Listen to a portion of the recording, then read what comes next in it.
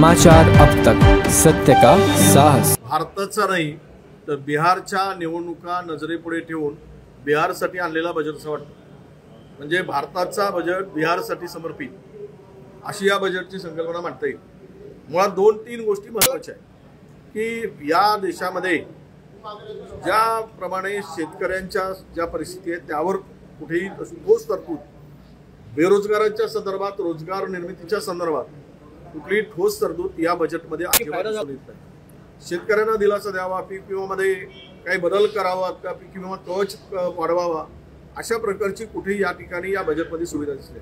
विशेष म्हणजे नेहमीप्रमाणे महाराष्ट्राच्या तोंडाला पाणी पुसण्याचं काम झालं। काही ठिकाणी या बजेटमध्ये 2 गोष्टी करण्यात आल्या।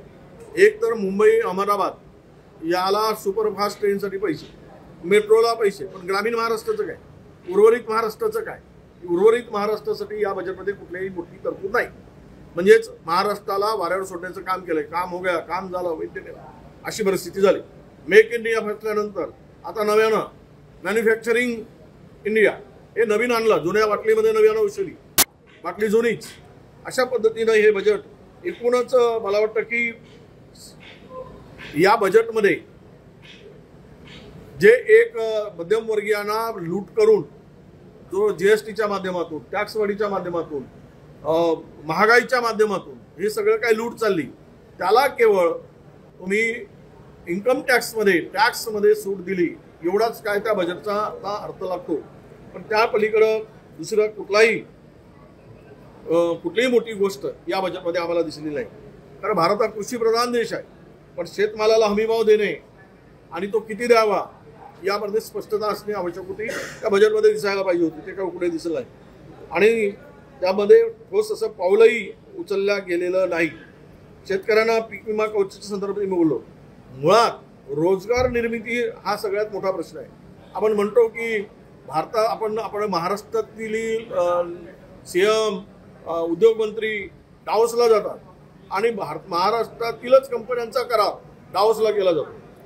अरे FDI या देशामध्ये वाढली पाहिजे म्हणजे, आणि ती वाढताना त्यामध्ये आपल्या काही बदल अपेक्षित होते या बजेटमध्ये, त्यांना मदत करण्याची आवश्यकता होती, ते अजिबात या बजेटमध्ये कुठेही दिसलं नाही। रोजगार निर्मितीवर जो फोकस असायला पाहिजे, बेरोजगारीचं प्रमाण ज्या पद्धतीनं वाढतोय, युवकांमध्ये जे नैराश्य आहे त्यामध्ये आता कुठे दिसत नाही। फक्त आणि फक्त बिहारसाठी घोषणांचा पाऊस। आज मी राज्याच्या वित्तमंत्र्यांचं टिप्पणी वाचली, त्यांचं भाषण, त्यांनी दिलेली प्रतिक्रिया वाचली। मला वाटतं की मुंबई, पुणे हे 2 शहर मेट्रोसाठी दिलेले पैसे आणि अहमदाबाद रोडला दिलेले पैसे, या पलीकडं महाराष्ट्राला काय दिलं? त्या रेग्युलर योजना आहे तेवढंच दिलेलं, नवीन काही महाराष्ट्राला दिलेलं नाही। आणि म्हणून हे बजेट म्हणजेच भारतातील लोकांना आत्ताच्या ज्या परिस्थितीत झुंजतोय, गरीब, मध्यमवर्गीय, शेतकरी, बेरोजगार यांना पुन्हा मागे नेणारा हा बजेट आहे।